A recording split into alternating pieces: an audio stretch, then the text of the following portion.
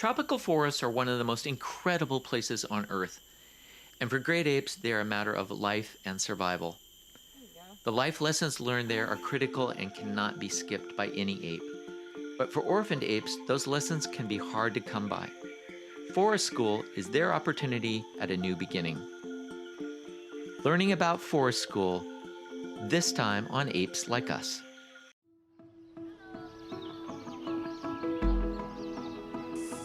Is this Nona?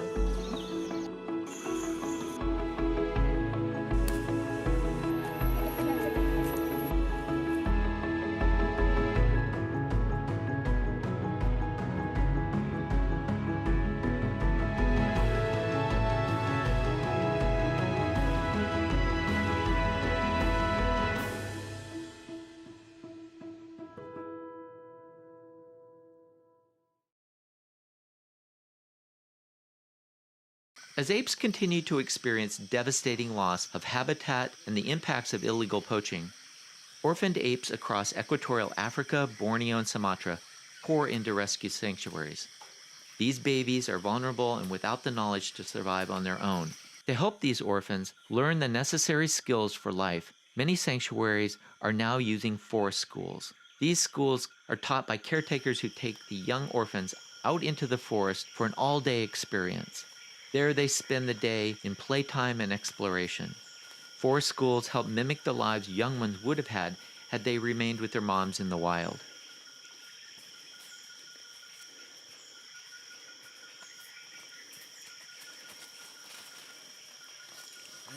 For many of these little apes, their lives may have begun in the wild, but poaching and the illegal pet trade has turned their journey into a chaotic nightmare.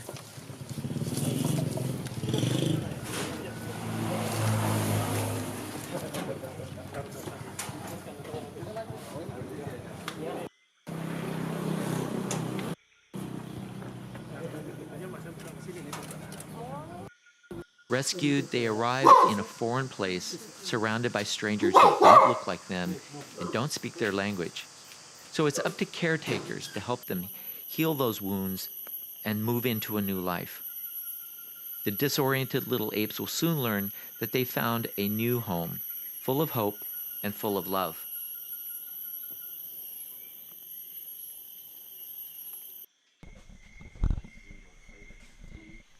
But before any lessons can even be learned, it's fundamental for caretakers to establish the basic trust and safety that these orphans now need. It's a foundation for future learning. A new home with a new family of dedicated surrogate human parents who step in to rebuild the missing bonds of comfort, affection, and love that they have lost. These human caretakers are experienced at raising orphaned apes, and they're able to strike a delicate balance between providing physical and mental well-being without getting them too dependent on human beings and human interaction. This is never an overnight process. Instead, it's a transition. To ensure the survival of these fragile little orphans during this critical period, these surrogate parents are committed 24/7. It's an incredible job, just as moms would be in the wild. In the first days and weeks, food becomes a critical bond. It's also important for establishing well-rounded nutrition. Food is key for young apes to develop properly, especially when they were taken from their moms at such an early age. Prior to arriving at the sanctuary, most rescued orphans would likely have had very little variety of food. Some, in fact, might only have been fed a single object like rice. They generally arrive underweight, and many have nutritional and health issues.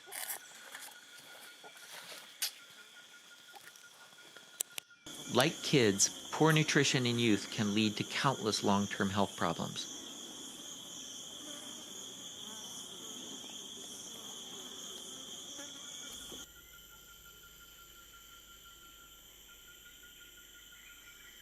Little apes start learning almost immediately in the wild, and forest school is about filling that void.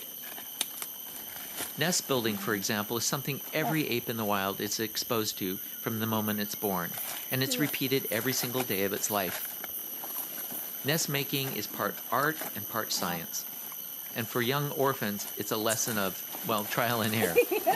Or, in the case of this little orangutan, it's just a big pile of leaves to play with.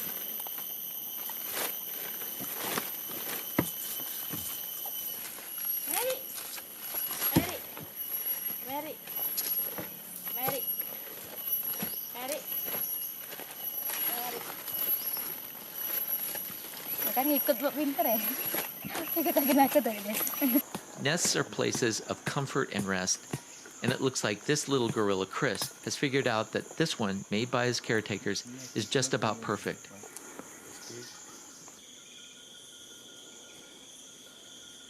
Here, caretaker Sanda is not only teaching Chimp Daphne how to be groomed, but he's also showing little Larry how to do the grooming. This includes the critical vocalizations.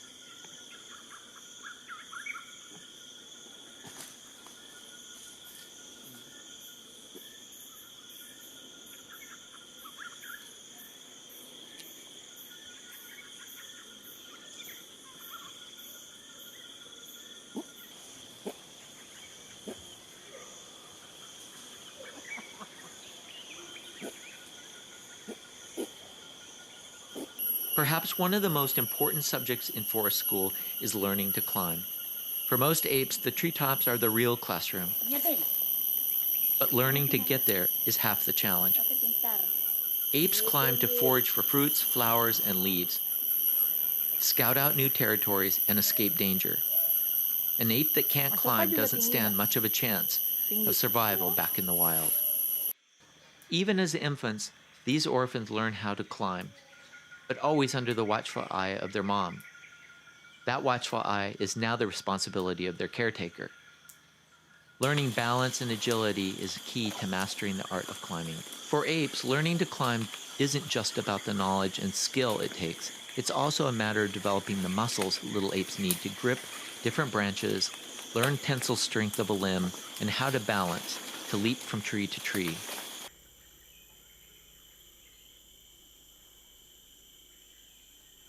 And of course, everyone's favorite part of school is recess. Like all schools, forest school has plenty of playtime. Much like humans, young apes use play to learn how to socialize with one another, build bonds, and establish hierarchy.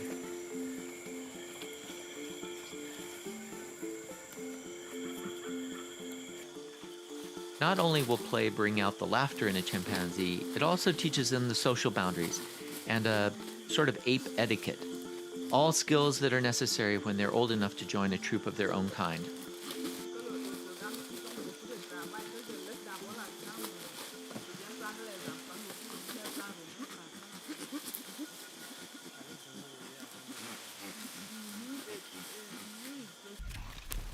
For some apes, like gorillas, that play can get incredibly rough, but it's all part of learning how to fit into a group.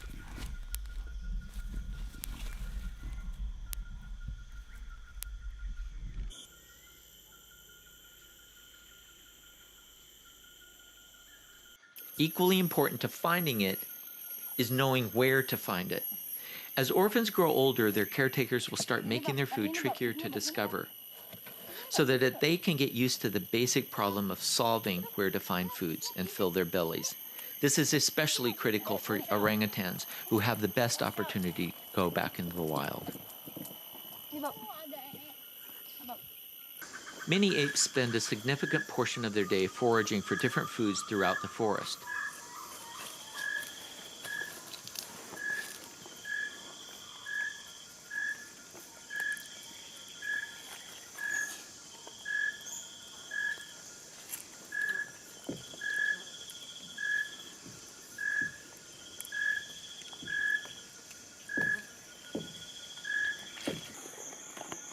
But not all food is up there in the trees. Roots, shoots, and insects are a favorite part of their diet, especially for gorillas. And the effort is well worth it in the end.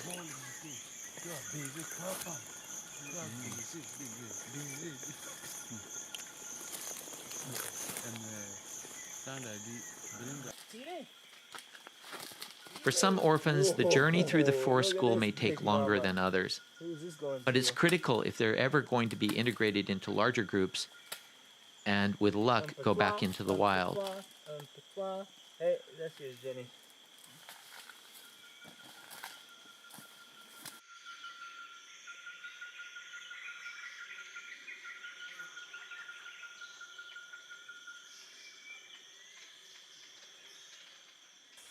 I mean, in the end, I can only speak for chimps, not for human babies, but they just want to be loved. I mean, they want to know that they're safe, and when they feel that safety and that trust, then the rest is easy.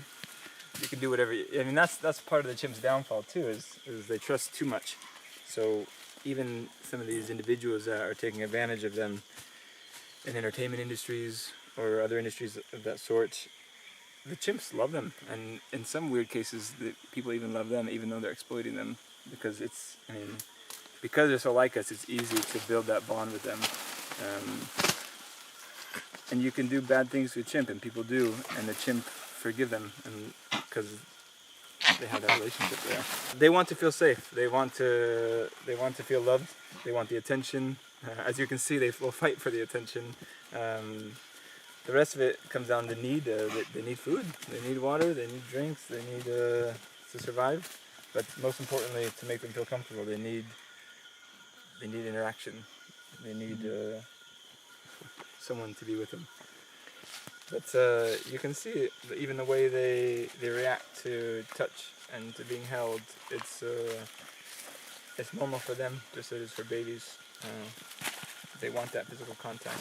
Normally, at this age, they'd be still in very close quarter to their mother in the wild all the time. Some of them even still clinging most of the day. It's a bit different here because they can't cling all day to caregivers, so we encourage them to move down earlier than they would in the wild and start to develop their leg muscles earlier.